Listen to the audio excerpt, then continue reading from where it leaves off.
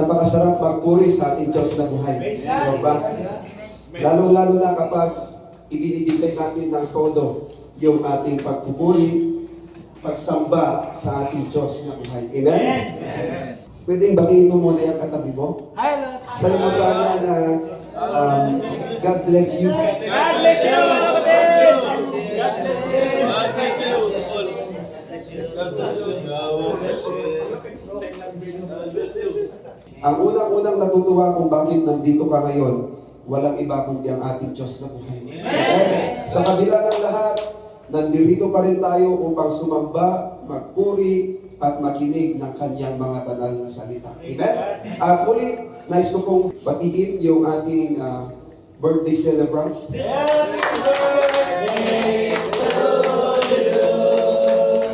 Kuya Jerry, happy birthday. And ang aking babahagi sa inyo ngayon, mga kapatid, ang paraan ng matuwid at ng masama. Inuulit ko ang pamagat ng aking babahagi sa inyo ngayon, ang paraan ng matuwid at ng masama.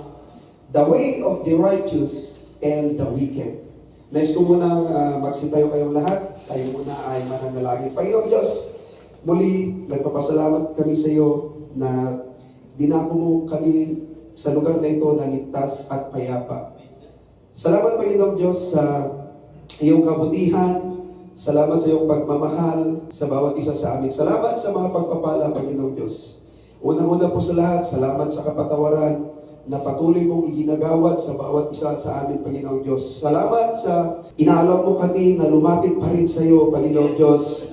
Sa kabila ng aming mga pinagdadaanan, sa kabila ng aming mga sitwasyon, malaya pa rin kaming lumapit sa iyo, Panginoong Diyos. Nawa, Panginoong Diyos, tulungan mo po ang bawat isa sa amin upang kami po ay makasunod sa iyong mga nais, Panginoong Diyos, na aming ipamuhay, Panginoong Diyos. Maraming salamat muli sa mga sandaling ito at hinihiling namin ang banal na Espiritu na siya po ay bumalaw sa puso ng bawat isa upang wala pong makagambala sa bawat isa sa aming pagkikinig, Panginoong Diyos, sa aming pagpupuri at pagsamba sa iyo.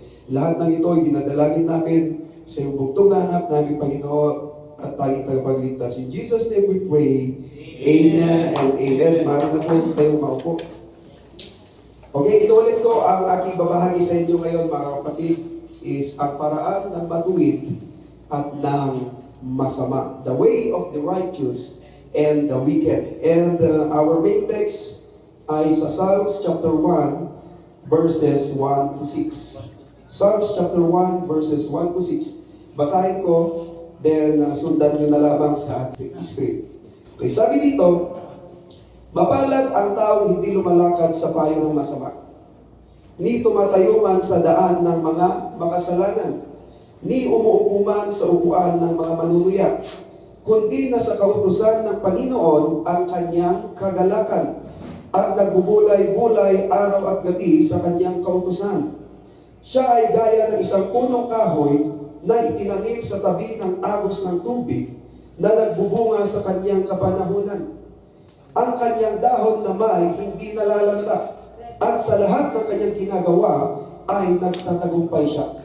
Ang masama ay hindi gayon, kundi parang ibang itinataboy ng hangin, kaya't ang masama ay hindi tatayo sa hukuman, ni sa kapulungan ng matuwid ang makasalanan. Sapagkat ang lakad ng matuwid, ang Panginoon ang nakakaalam, ngunit mapapahamak ang lakad ng makasalanan. Ang talatang ito ay pinaghahambing ang dalawang klase ng paraan. Una, ang paraan ng matuwid o ng righteous. At pangalawa, ang paraan ng masama o wicked. Alin bang paraan, mga kapatid, ay hindi makakatakas sa mata ng Diyos? Ito man ay mabuti o masama, dahil nakikita at alam ng Diyos ang lahat ng bagay. Amen? Dito sa ating pinag-uusapan, mga kapatid, there are two types of people. Number one is righteous man. Number two is wicked man. Tandaan, mga kapatid, walang kalahati, ha? Wala yung tinatawag na maginoo, pero medyo bastos. Ano po? Ibig sabihin, walang half righteous, walang half wicked, kundi dalawa lang. righteous and wicked man. At dito rin sa ating pinag-uusapan, there are two kinds of way of living. Ano ba yun? Righteous living. O dalawang uri ng paraan ng pamumuhay. Okay, number one, matuwid na pamumuhay. Ito yung pamumuhay ng righteous man. Pangalawa, masamang pamumuhay. Ito naman yung pamumuhay ng wicked man. Okay, unang bahagi natin mga kapatid. Ano ang sinasabi ng Biblia tungkol sa matuwid na tao o righteous man? Ano sinasabi sa ating binasa kanina? Ano sinasabi doon? Mapalad. Ano po sa English ang mapalad? Oh.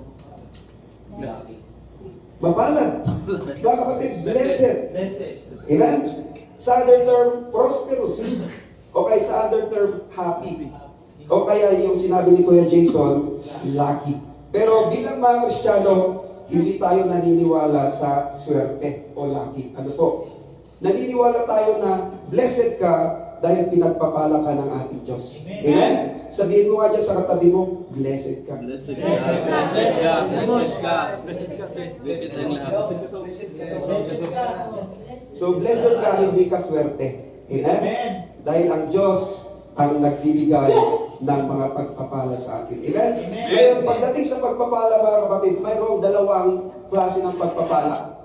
Una is material na pagpapala o material blessing at ito ay temporary. Anong mga halimbawa niya? Katulad ng financial, ari-arian, posisyon at iba pa. At minsan, hindi ito maintindihan ng mga ibang mananampalataya kasi nakikita nilang mas mayaman o mas marangya pa ang buhay ng kahit hindi mananampalataya. Ano po? Pangalawang klase ng blessing is spiritual blessing o spiritual na pagpapala at ito po ay eternity. Anong halimbawa nito? Katulad ng kapayapaan, salvation, at eternal life.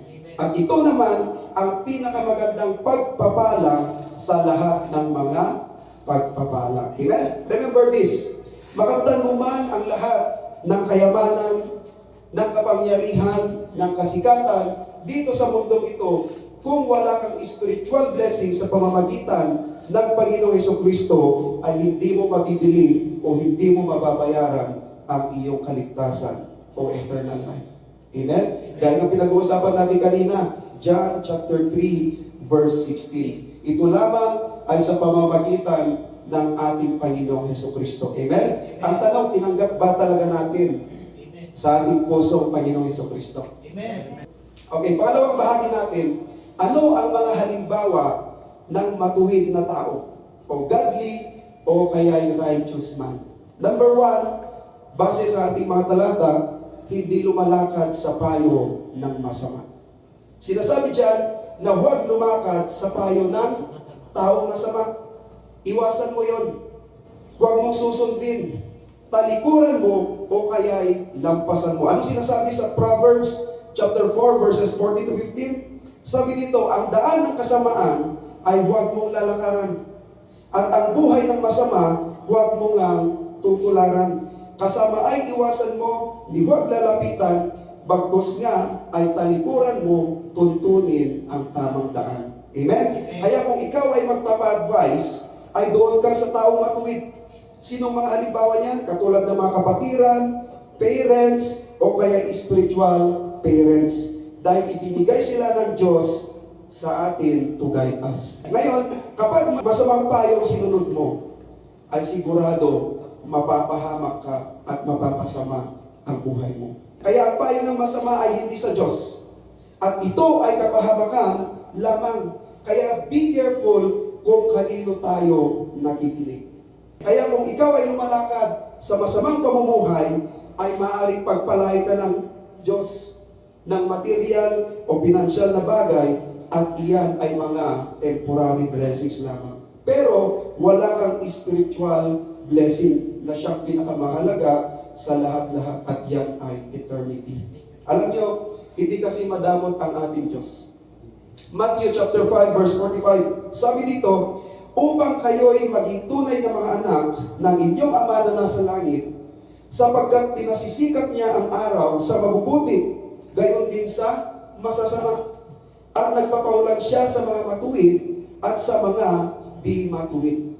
Hindi madamot ang Diyos. Ano po, pagdating sa pagpapala. Pero mas asamin natin ang mga spiritual na pagpapala. Ano yun? Ang eternal life na matatagpuan lamang sa ating Panginoong Jesucristo. Amen? At tayo ay nagiging matuwid dahil sa Kanya kapag sinusunod natin ang Kanyang mga salita. Amen? Hindi po nagtatapos doon sa pagtanggap lang sa ating Panginoong Jesucristo. Ano po? Kundi sumunod tayo at magpatuloy sa ating paglilingkod. Amen? Praise God. Okay, pangalawang halimbawa ng matuwid na tao. Pangalawa, hindi tumatayo sa daan ng mga makasalanan. Ang taong matuwid ay hindi sumasang-ayon sa masasamang gawain, kundi tinatanggihan niya ito. Proverbs chapter 1 verse 10. Sabi dito, aking anak, sakali mang akitin ka ng mga makasalanan, huwag kang papayag. Tanggihan mo sila. Kaya kung ikaw ay righteous man, akitin ka man ng akitin ng mga taong makamundo, ano dapat natin gawin? Iwasan. Alam nyo, mga kapatid, ang temptations ay nandyan lang. Ngunit pinapayuhan tayo ng salita ng Diyos na huwag kang papayag. Tanggihan natin ito kahit pag ginagawa ng karamihan. Ganito mga kapatid, maaari natin tanggihan ang ino-offer nila na hindi mabuti. Pero maaari natin silang bahagian ng salita ng Diyos upang paalalahanan. Amen? Amen. Delikado yung Kristiyanong hunyango. Alam niyo yung hunyango? Kung saan nadikit yung hunyango, nagiging ganun ang kulay niya. O nagpapalit niya. Yun. Ang isang Kristiyanong hunyango, kung Kristiyanong mga kasama niya, ay Kristiyano ring umasta, manamit at magsalita. At kung mga makamundong tao ng kasama niya, ay nagiging ganon rin siya. Nahuhubad ang buhay Kristiyano niya. Alam niyo mga kapatid, ang tunay na Kristiyano ay saan man siya mapadpad. At kung sino man ang mga kasama niya, ay makikita pa rin ang Panginoong Hesus o ang buhay Kristiyano sa buhay niya. Amen? Okay, magbigay pa ako ng ibang halimbawa dito. Katulad ng hustisya. Ano sa English ang hustisya? Justice. Ano po? Maraming mga tao na kahit mali, ay tinitindigan nila ang mali. Bakit? Dahil sa pera. Ano? Kaya anong nangyayari? Nababaliktad ang hustisya o nabibili. Sinasabi sa Biblia na ang taong mapalad o righteous man ay hindi tumatayo sa daan ng mga makasalanan. Ibig sabihin, huwag kang sumaksi sa kasinungalingan. Isa pa, huwag maging konsentidor. Hindi mo maitatama ang isang tao kung kinokonsenti mo siya sa kanyang maling ginagawa. At hindi rin niya malalaman na mali ang kanyang ginagawa, kaya walang pagbabago. Ang nangyayari tuloy ay parang tinutulungan mo siyang malubog sa kanyang pagkakamali. Kahit nga sa church, mga kapatid, ay nangyayari yan. Kinokonsente ang miyembro dahil malakas magbigay ng tithes and offering. Remember this mga kapatid, ang taong righteous ay hindi nangungonsente, kundi tumatayo sa panig ng Diyos na siyang katotohanan lamang. Amen? Ganun ba tayo mga kapatid? Amen. Doon ba tayo sa truth? Amen? Amen. Praise God. Okay, pangatlong halimbawa ng taong matuwid. Pangatlo, hindi umuupo sa upuan ng mga manunuya. Ano yung manunuya? Scoffers. O kaya yung manlilibak. Malalim kasi na English, no? Okay, manlilibak. Medyo, alam siguro natin yun. Okay, mamumutya. Ang taong righteous ay hindi nakikisama sa mga sinungaling na tao. Hindi nakikisama sa mga mapagkunwaring tao. Hindi nakikisama sa mga taong tampalasan o taong napakasama. Psalms chapter 26 verses 4 to 5, it says, I do not sit with the deceitful, nor do I associate with hypocrites. I abhor the assembly of evildoers and refuse to sit with the wicked. Kaya bilang mga Kristiyano, mga kapatid, our circles is important. Sino ba ang lagi mong kahalubilo? O ang mga gustong-gusto mong kasama? Siyempre, kung ikaw ay isang Kristiyano, sino ang gustong-gusto mong kasama? Siyempre, yung mga kapwa nating Kristiyano ay mga kapatiran natin. Amen? Bakit? Kasi pareho kayo ng espiritu at gusto. Ano yung ba yan? Gustong-gusto nyo mag-worship. Amen. Di ba? Gustong-gusto nyo umiwas sa mga hindi magagandang gawain. Gustong-gusto nyo dumalo sa mga gawain at makinig ng salita ng Diyos at iba pa. Pero kung ikaw ay Kristiyano, tapos ang gustong-gusto mong mga kasama ay mga mahilig sa mga mundong bagay o malalaswang bagay o mga patagong gawain, is you need to think. Amen? Sinasabi nga nila na same feather flocks together. At ayaw ng Diyos ang manunuya. Okay? Ano yung manunuya? Scoffers, o manlilibak, o kaya ay mangungutya. Proverbs chapter 3, verse 34. Sabi dito, ang mga palaloy kanyang kinasusuklaman. Ngunit kinaluluburan niya ang may mababang kalooban. At ang mga manunuya ay may mga nakahanda ng kahatulan sa kanila. Proverbs chapter 19, verse 29. Sabi dito, may hatol na nakalaan para sa mga manunuya at sa mga mangmang ay may hagupit na nakahanda. Para mas lalo natin maintindihan ng manunuya o scoffers, ay tinatawag rin itong palalo o mocker. Walang takot sa Diyos at mapagmataas na tao. Proverbs chapter 21 verse 24. Sabi dito, the proud and the arrogant mocker is his name. Behaves with insolent fury o mapang-api. Number 4 na halimbawa ng matuwid na tao. Number 4, nasa kautusan ng Panginoon ang kanyang kagalakan. Kautusan o law. Sinasabi dyan, these are the instructions and teachings sa Bible. Okay? Psalms chapter 112 verse 1. Sabi dito, purihin si Yahweh. Mapalad ang tao na kay Yahweh ay gumagalang at taos-pusong sumusunod sa kanyang kautusan. Sinasabi dyan, mapalad. Ano ulit yung mapalad? Blessed. Praise God. Ang mga gumagalang at taos-pusong sumusunod sa kanyang kautusan o instructions. Mga kapatid, kailangan taos-puso ang pagsunod. Amen? Hindi yung sumusunod ka dahil no choice ka o napipilitan ka lang kahit nawala na sa puso mo. Ano po? Psalms chapter 119 verse 35. Sabi dito, direct me in the path of your commands, for there I find delight.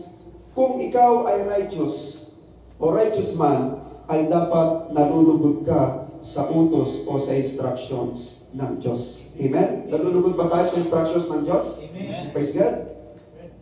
Ino-obey ba natin ito o sinusuway? Parang hina. Amen? Amen. Psalms chapter 119 verse 47. It says, for I delight in your commands because I love them. Ang righteous man ay iniibig niya ang mga utos o instructions ng Diyos. No, ibig sabihin, mahal niya ang Diyos. Dahil dito makikita ang pag-ibig ng isang tao kung sumusunod siya sa Diyos. Amen? Kung walang kautusan, law, instruction, teaching o payo, ay sabi ng psalmist na namatay na sana siya sa kanyang kalungkutan. Pero sa pamamagitan ng mga iyon, ay binigyan siya ng buhay. At ang kautusan ng Diyos ay inilalayo tayo sa kamatayan o kapahamakan na darating. Mababasa natin yan sa Psalms chapter 119 verses 92 to 95. Pero hindi ko na po babasahin. Psalms chapter 119 verse 1. Sabi dito, mapalad ang mga tao, malinis ang pamumuhay. Kautusan ni Yahweh ang sinusunod araw-araw. Sinasabi na naman dyan, mapalad, blessed, happy ang tao, malinis ang pamumuhay. Amen? Okay, number 5 na halimbawa ng matuwid na tao. Number 5, nagbubulay-bulay araw at gabi sa kautusan ng Diyos. Psalms chapter 119 verse 97. Sabi dito, "O ang iyong mga utos ay tunay kong iniibig. Araw-araw sa maghapon, siya kong iniisip." Grabe, no? Sinasabi ng psalmist na maghapon niyang iniisip yung kautusan ng Diyos. Sabi ng psalmist, ay mahal na mahal niya ang kautusan o instruction o ang salita ng Diyos. Anong kanya ginagawa dito? Binubulay-bulay niya sa araw at gabi. Maghapon niya itong iniisip, mga kapatid. Katulad ng ating mga pinag-uusapan sa ating Bible study, sa ating preaching, yung mga salita ng Diyos na napapakinggan natin, mga kapatid, hindi papasok lang dito sa tenga and then lalabas sa kabilang tenga. No, sinasabi dito, binubulay-bulay niya sa araw-araw at maghapon niya ito iniisip. Amen. Ano po? Kaya mahalagang maglaan tayo ng time o quiet time, quality time o devotion sa salita ng Diyos. Amen? Joshua chapter 1 verse 8, very familiar verse.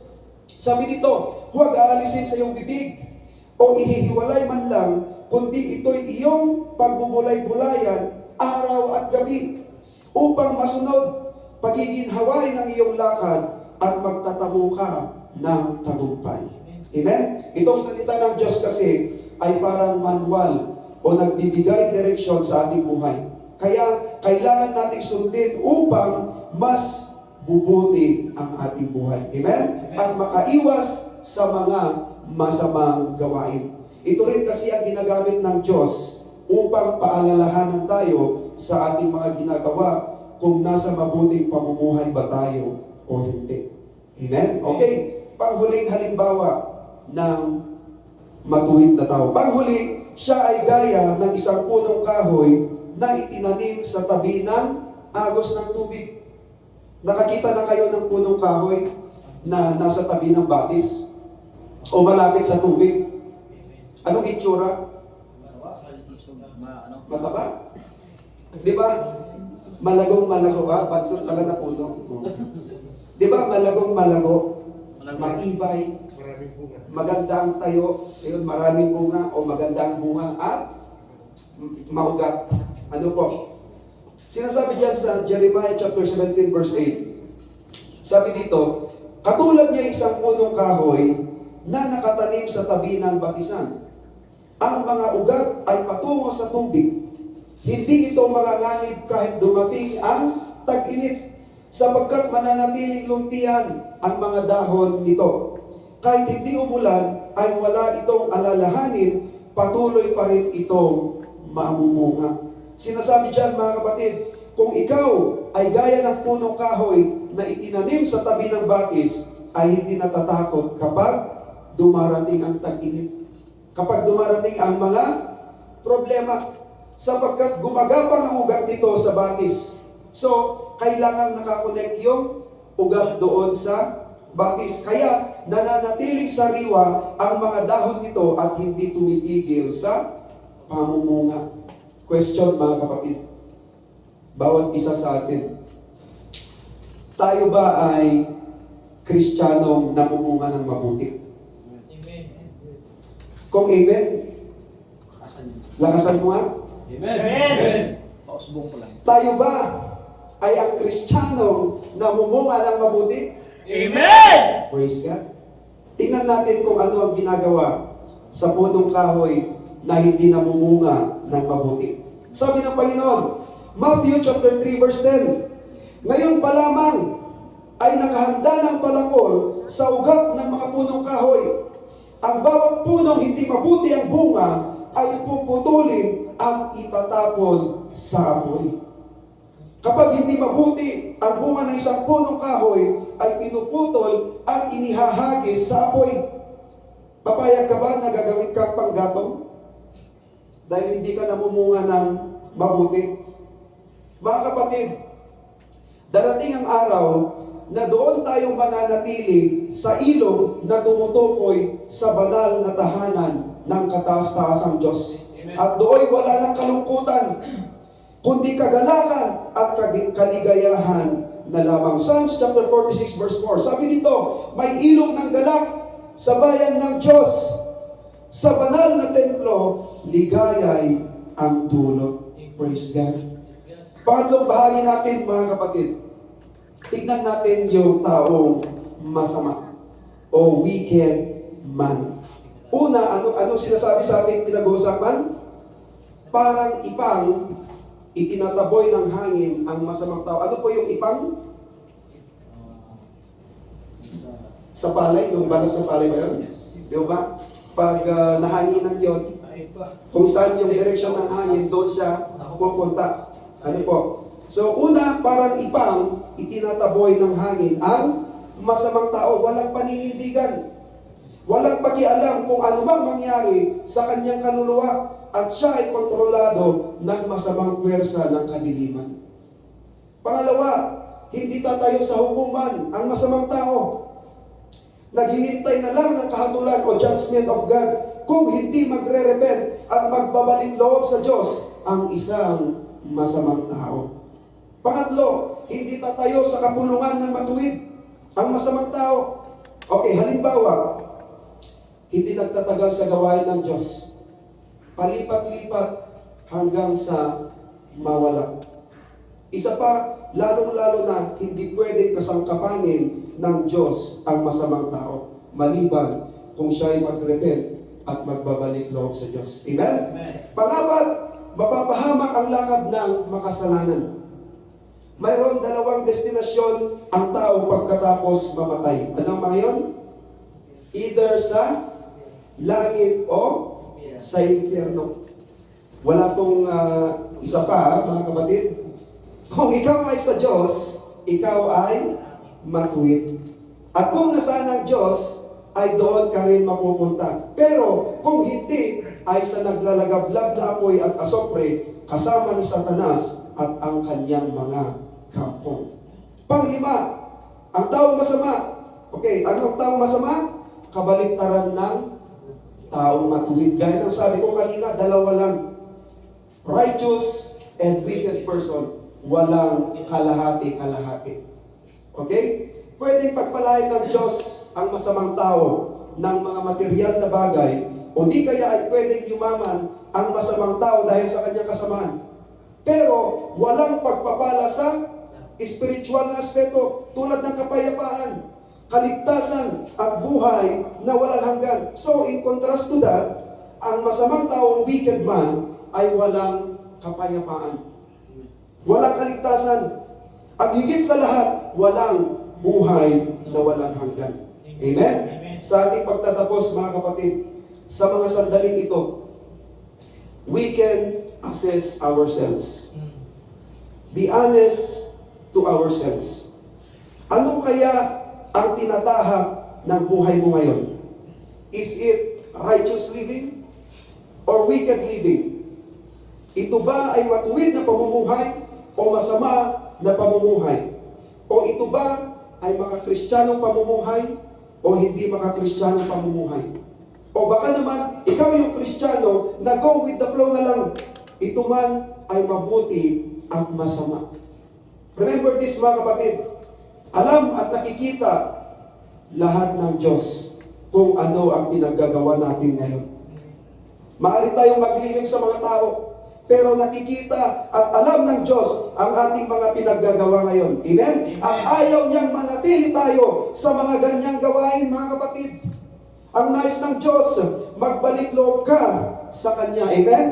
Kung yan yung nagiging sagabal, nagpapalubog sa iyo sa paglapit mo sa ating Panginoong Yesus, nais ng Diyos, alisin ang mga ito sa iyo. Amen? But still, it's your decision. It's your decision, kapatid. Kung willing kang ipaubaya o isuko ito sa Diyos at talikuran mo na ang mga ito. Kapag nagawa mo yan, then masasabi mo, tulad ng ating binasa, mapalad ka, blessed ka, prosperous ka, at joyful ka. Amen?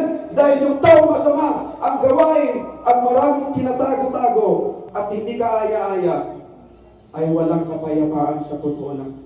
At hindi yan magiging masaya. Maaaring masaya siya in a short period of time. then hindi na naman. Nakakapagod kaya yung ganun, mga kapatid? Bakit ko nasabi yan? Dahil galing din ako sa ganyang mga klase ng pamumuhay at marahil ang ilan sa inyo. But thanks God, dahil sa kabutihan at awa ng Diyos, ngayon ko lang naramdaman ang tunay na kagalangan. Amen? Tunay na kapayapaan. Nang isuko ko ang buhay ko sa Diyos. Amen? Kahit minsan may mga struggles. Totoo yan, mga kapatid. Pero, andyan ang Diyos na tutulungan tayo. Amen? Basta't magtitiwala tayo sa Kanya, malalampasan natin ang mga bagay-bagay na ito. Amen? Psalms chapter 37 verse 5. Sabi dito, ang iyong sarili sa Kanya italaga. Tutulungan ganap kapag ika'y nagtiwala. Kaya huwag tayong mangangamba o matatakot man kung ano ang nangyayari sa ating mga buhay, mga kapatid. Kapag talagang ipinagkatiwala natin ang ating sarili sa Diyos, sigurado tungo ito sa kabutihan at katagumpayan. Amen? This moment, what will you choose? Righteous. Amen? Praise the Lord. Good. What kind of way of living will you choose? Blessed. Anong uri ng buhay ang pipiliin mo? It's your choice and decision. Be wise, mga kapatid. Will you choose godly or righteous living or the wicked life? Ngayon, ito yung personal na tanong sa bawat isa sa atin, mga kapatid. Masaya ka ba sa buhay na nilalakaran mo ngayon, kapatid? Amen. Isang personal na tanong sa bawat isa sa atin. Maaari mo itong itanong sa iyong sarili. Masaya ka ba sa buhay na nilalakaran mo ngayon? Ikaw lang ang makakasagot niyan at ang Diyos. Amen? Gaya ng sabi ko kanina, alam ng Diyos ang bawat pinaggagawa natin ngayon. Kailangan natin ang Panginoong Hesus upang maging matagumpay ang buhay natin at sa buhay na darating. John chapter 16 verse 33 sabi dito, sinabi ko ito sa inyo upang kayo'y magkaroon ng kapayapaan sa pagkikipag-isa sa akin. Magdaranas kayo ng kapighatian sa mundong ito, ngunit tibayan ninyo ang inyong loob na pagtagumpayan ko na ang sanlibutan. Amen? Mga kapatid, kung ang Panginoong Hesus ang naghahari sa trono ng ating mga puso, sigurado may katagumpayan tayo sa buhay na ito at sa buhay na darating. Amen? Palakpakan natin ang Panginoong Diyos. Sa mga sandali ito, mga kapatid, guys, kung unang magsitayo tayong lahat. Ang tanong, mga kapatid, unang tanong, tayo ba yung Kristiyano na namumunga ng mabuti? Pangalawa, masaya ka ba sa buhay na nilalakaran mo ngayon? It's your decision, mga kapatid. Nandito lang ako na upang paalalahanan, to remind ang bawat isa sa atin. Nandito lang ako upang isiwalat ang buong katotohanan. It's your choice, kapatid. Nasa sayo yan kung magagalit ka sa salita ng Diyos o hindi. Personal testimony ko, mga kapatid, galing din po ako sa mga ganyang pamumuhay na hindi kaaya-aya. Pero salamat sa Diyos, pinalayan niya ako sa mga ito. Salamat, Panginoon! Hindi ako na-istorbo sa ganyang uri ng pamumuhay, Panginoon. Salamat! Ngayon ko naramdaman ang tunay na kagalangan, kapayapaan. Salamat, Panginoon, pinalayan mo ako sa mga ito. Mga kapatid, ganun din ang gagawin ng Lord sa iyo. Kaya-kaya ka kanyang palayain. Ano man ang struggles mo ngayon, kapatid, huwag kang papayag na dalhin ka ng ating kaaway na saan nahihirapan kang makalapit sa ating Diyos na buhay. Kung saan pinipigilan ka niya na makalapit sa ating Diyos sa paglilingkod mo sa Kanya, kapatid. Sa mga sandaling ito, it's your choice. It's your decision. Kung gusto mong isuko ang iyong buhay sa Kanya ng totoo, kapatid. In the future, masasabi mo, salamat Panginoon! Salamat sa mga mensahe mo, Pastor! Sinasaktan mo ako, pero salamat! Napalaya ako sa mga ito. Mga kapatid, mahal na mahal namin ng bawat isa dito sa JCL na to, mga kapatid. Nais namin na bawat isa magkaroon ng breakthrough sa ating buhay, mga kapatid. Sa umpisa, masakit talaga ang lahat. Napakasakit, mga kapatid. Parang iniisip natin, paano na ako? Mag-isa lang ako.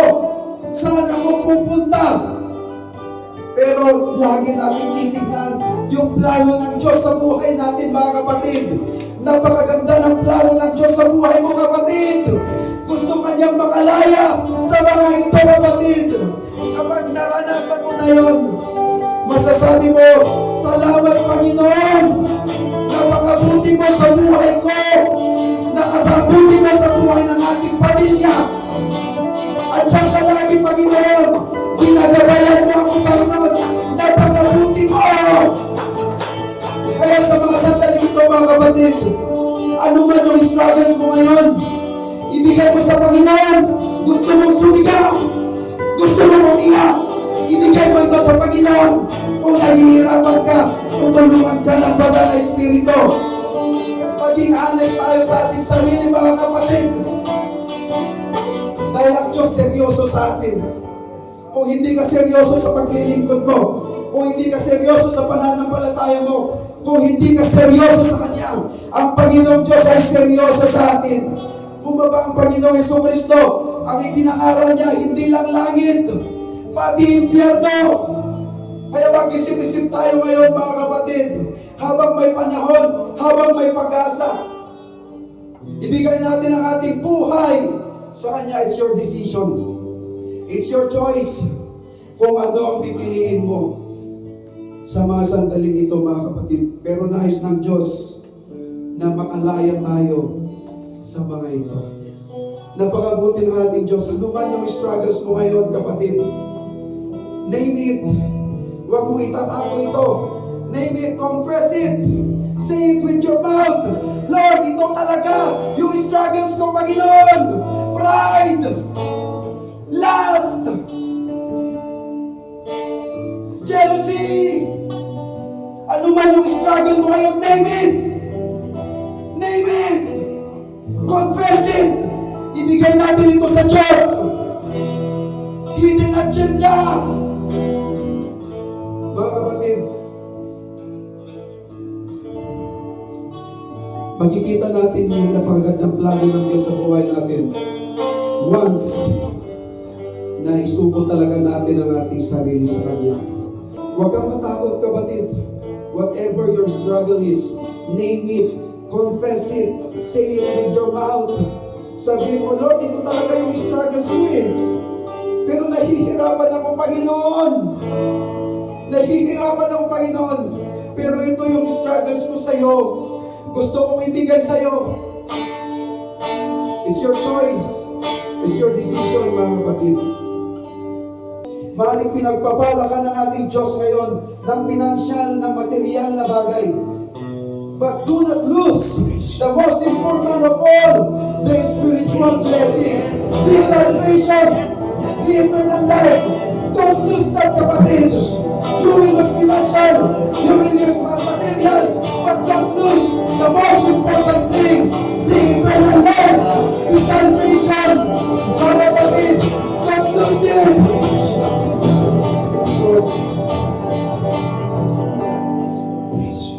Yes, Lord. Kaya hindi nagkakaroon ng breakthrough yung buhay natin. Kasi paglabas natin sa church, balik sa dati. Pagdating sa loob ng church, iba tayo. Paglabas na naman natin ng church, balik ulit sa dati. Yes, I am. In my Father's house, there's a place for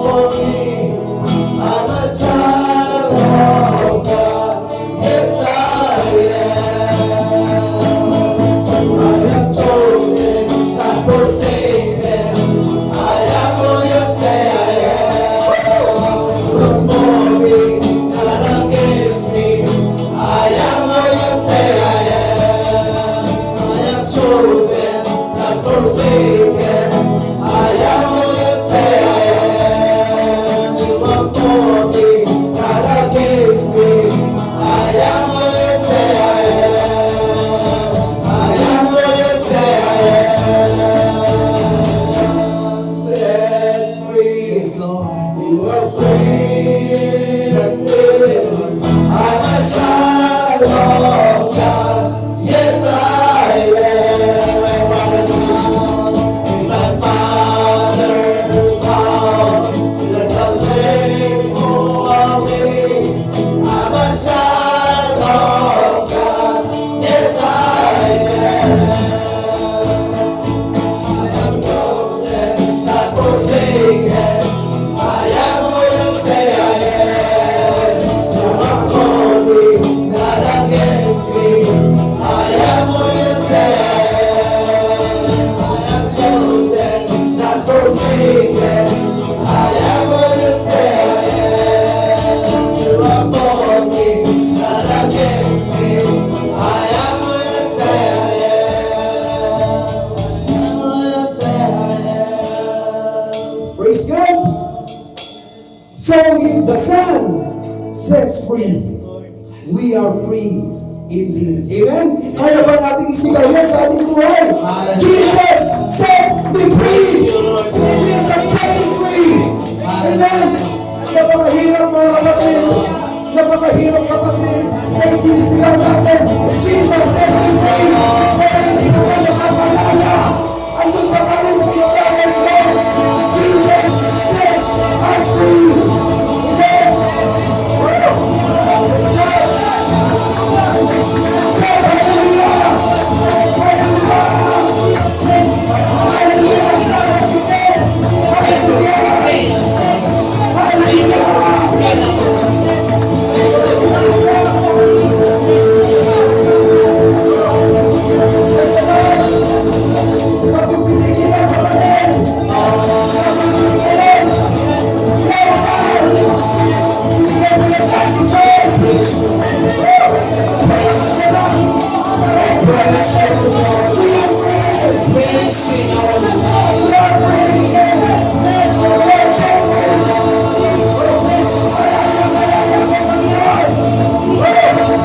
Let's go!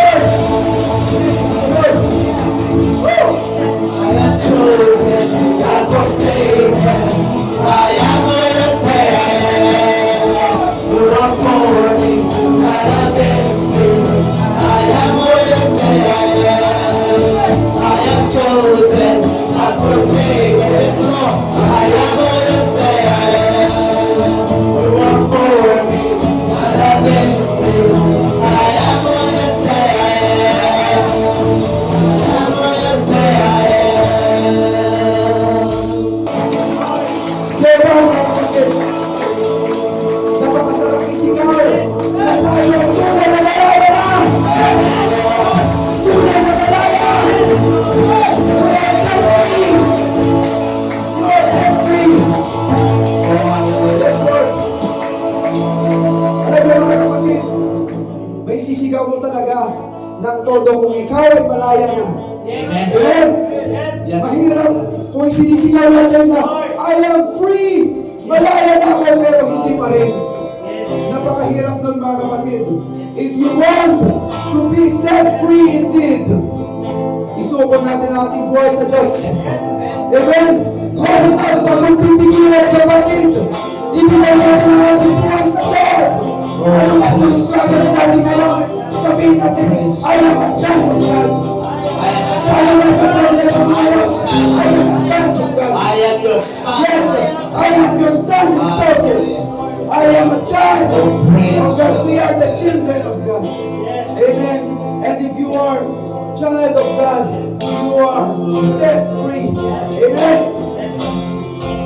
Yan yung mga kapatid, huwag na huwag tayong papayag na paglabas natin sa room na ito, hindi pa natin na ibibigay ng todo ang ating naibibigay sa ating Diyos. Huwag mong pipigilan. Kung gusto mong mag-worship sa Kanya sa pamamagitan ng instrumento, huwag mong pipigilan kapatid.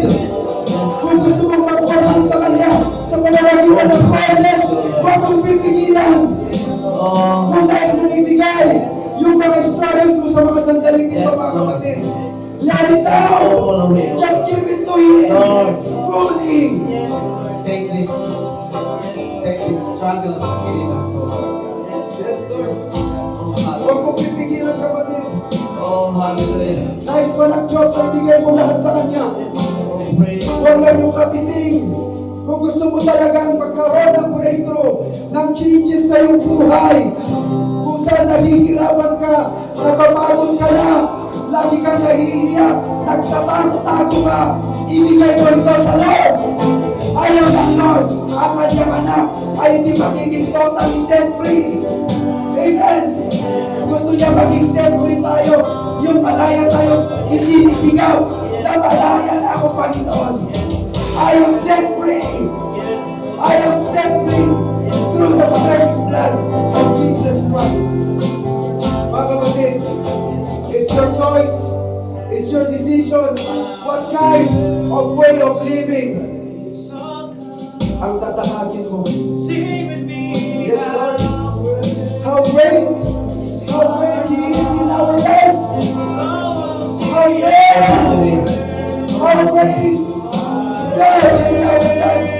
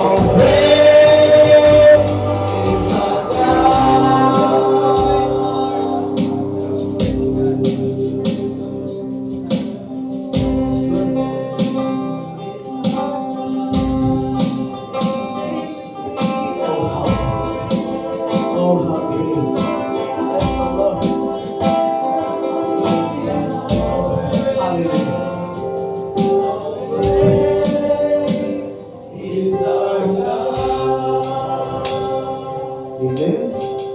Praise God. Sa mga sandali ito, mga kapatid, patuloy kang mangusap sa ating Diyos. Ano man yung nais mong sabihin sa Kanya, ano man yung nais mong ibigay sa Kanya kung saan ka nahihirapan. This time, kapatid, open your mouth and talk to Him. Open your mouth and talk to Him. Yes, Huwag mong pansinin niya katabi mo. This is between you and God. Lord. Ano man yung mga struggles mo ngayon, kapatid. Gaya ng sabi ko kanina, alam ng Diyos, nakikita niya ang lahat ng bagay, kapatid, sa mga sandali ito. Let's confess to Him. Panginoong Diyos, let's confess to Him.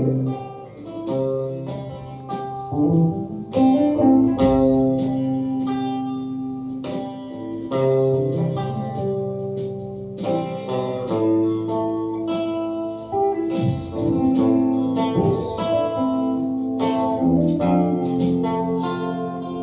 Lord. Sa mga sandaling ito,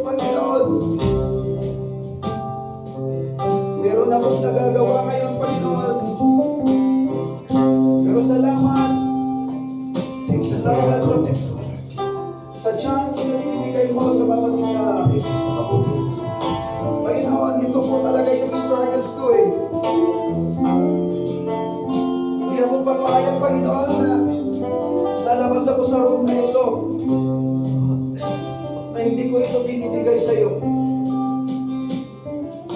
Upang malaya akong may sigaw na tunay nga akong malaya. I am set free indeed through the precious blood of Jesus that poured out on the cross for the remissions of our sins, for our salvation. Sa mga sandaling ito, mga kapatid, God knows who you are. God knows what are your struggles. God knows your strongholds. God knows everything about you. Every detail about you. God knows. Huwag mo ito itatago sa kanya, kapatid.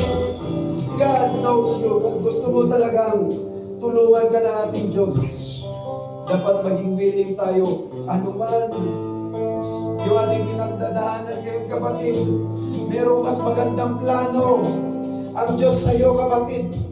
May mas magandang plano sa Kanya, kapatid. May mas magandang plano sa bawat isa sa atin, mga kapatid. Kung tayo magtitiwala doon sa ating Diyos na siyang nagbibigay, nagtatakda ng plano sa bawat isa sa atin. Ano man yung plano mo ngayon, ano man yung goal mo, ano man yung pinaggagawa mo ngayon, kapatid, may mas higit pa dyan kung ibibigay mo ito sa Diyos. Kaya, alam mo, hindi pumapasok ang biyaya ng Diyos dahil hinahadlangan ito ng mga kung ano-anong mga gawain, mga kapatid. Kung gusto natin pumasok ang biyaya ng Diyos sa ating buhay, kabilang ang ating pamilya, let us allow Him. Alisin natin yung bilang niya sa ating puso. Hatred, ano man ang makaibang na nasa ating puso. Let us allow Jesus Christ to sit on the throne of our hearts and allow Him to control our lives. Yes, Lord.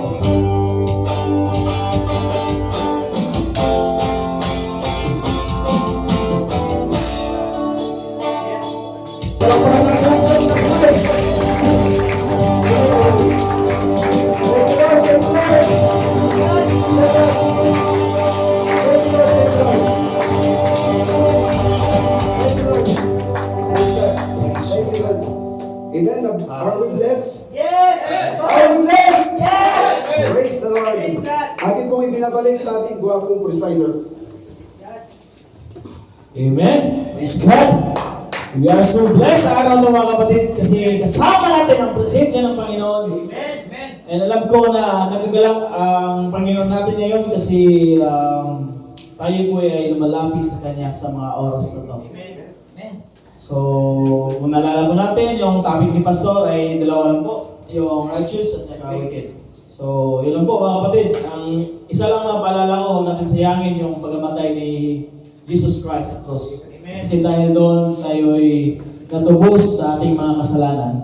Praise God! God is good! All the time! All the time! God is good! Hallelujah! So, tayo po ay dadako sa ating testimony, tama ba? Okay, testimony po. So, I would like to welcome po na yung ating magbigay po ng kanyang testimony sa kanyang buhay. Magpapakilala din si Kuya Bani, Brother Bani. And at the same time, mag-testify po sa kabutihan ng Panginoon. Praise God! Thank you. Amen. Praise God!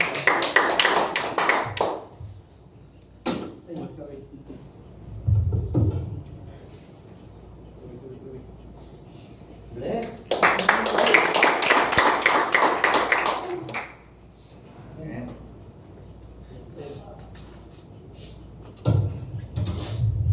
Amen. Praise God. Gusto ko lang pong magpasalamat muli sa Lord. Masakit po. Tama po yung scripture po ni Pastor. Sakit po. Alam ko po na hindi lang po ako nasaktan sa araw na ito sa mga oras na ito. Amen. Sa 2 taon po na pag-stay ko po dito sa Damam, bali ngayon lang po ulit ako nakadalo sa mga ganitong gawain. I praise God dahil dinako niya po ng aking mga lapak sa mga oras na ito sa lugar na ito. Salamat sa presensya ng Diyos at salamat din po sa mga awitin kanina. Sabi niya, salamat, salamat, Jesus, sa pag-ibig mo.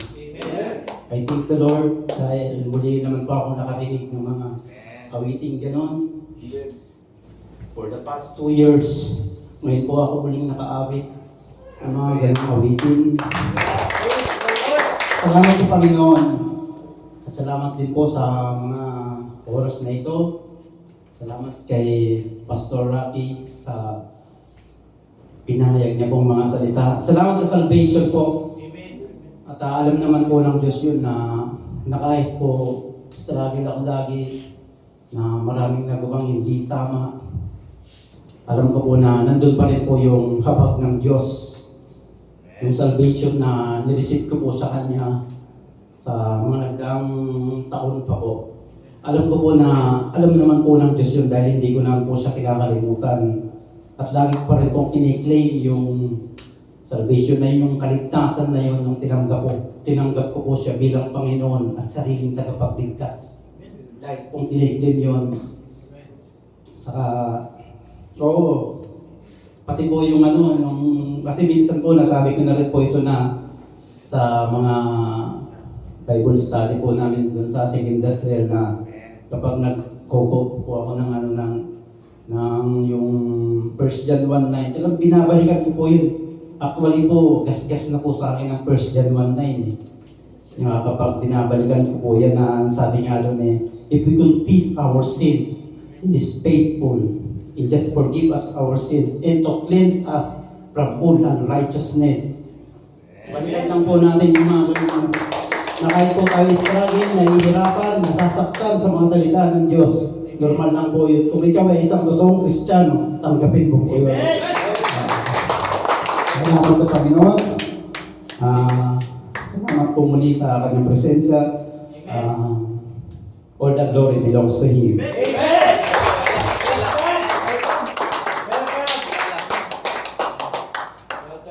Praise God. Salamat po. Praise God. Hello po.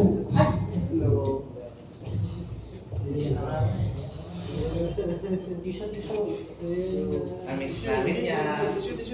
We miss you, kapatid. Yes, miss you. Sorry po.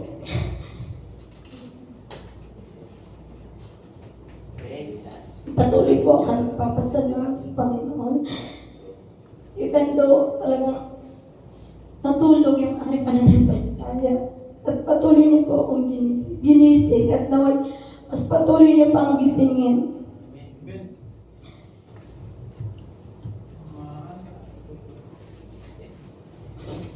Tulad po ng sinabi ni Kuya. Accept ko naman po yun na sorry kapatid. Next time, sorry po.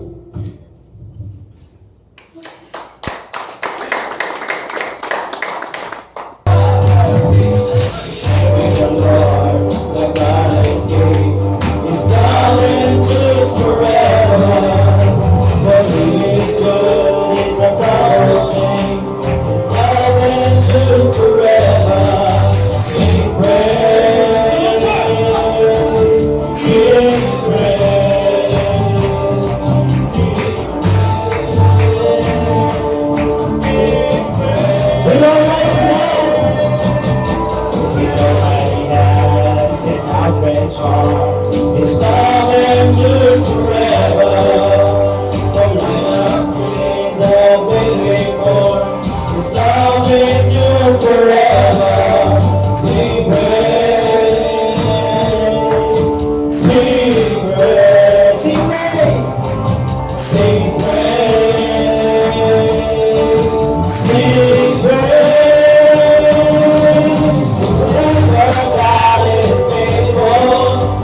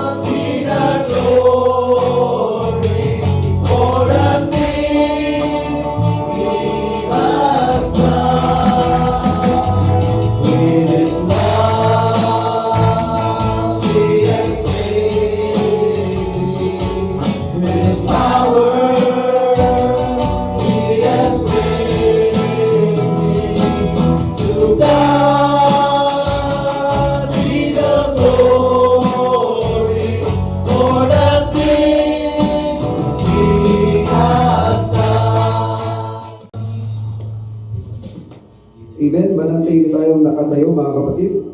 Romans chapter 15, it says, May the God of hope fill you with all joy and peace in believing, so that you may abound in hope by the power of the Holy Spirit. Amen. Let us lift up our hands to receive the blessings and grace of our Lord Jesus Christ. Panginoong Diyos, salamat po muli sa mga sandaling ito na ginawa mo na naman matagumpay ang gawain ito. Maraming salamat, Panginoong Diyos. Salamat sa breakthrough. Salamat sa kalakasan. Salamat sa reminder sa bawat isa sa amin sa pamamagitan ng iyong mga salita.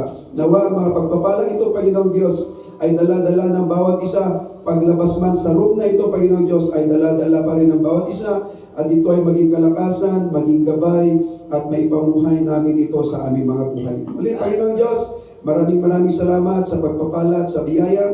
Ganun din po sa aming mga kapatiran na wala po sa mga sandaling ito, saan man sila naroon, Panginoong Diyos. Patuloy mo pong hipuin ang kanilang mga puso upang sa mga sumusunod na banal na gawain ay makasama po namin sila, Panginoong Diyos. Ganun din po, Panginoong Diyos, ang aming mga mahal sa buhay. Huwag mo pong pababayaan, Panginoong Diyos. Ipinagkakatiwala namin ang aming buhay at ang aming mga mahal sa buhay sa iyong makapangyarihang kamay, Panginoong Diyos. Muli, Panginoong Diyos, sa aming pansamantalang paghiwa-hiwalay, ay pakaingatan mo po ang bawat isa kung paano po idinako ang bawat isa na masaya at matagumpay, Panginoon Diyos. Ganon din po sa aming mga pag-uwi, Panginoon Diyos. Pakaingatan mo po ang bawat isa sa amin, kabilang aming mga mahal sa buhay. Lahat ng mga ito, idinadalangin namin sa iyong makapangyarihang anak na si Yesu Kristo, na aming Panginoon at tayong tagapagligtas. In Jesus' name we pray. Amen and amen.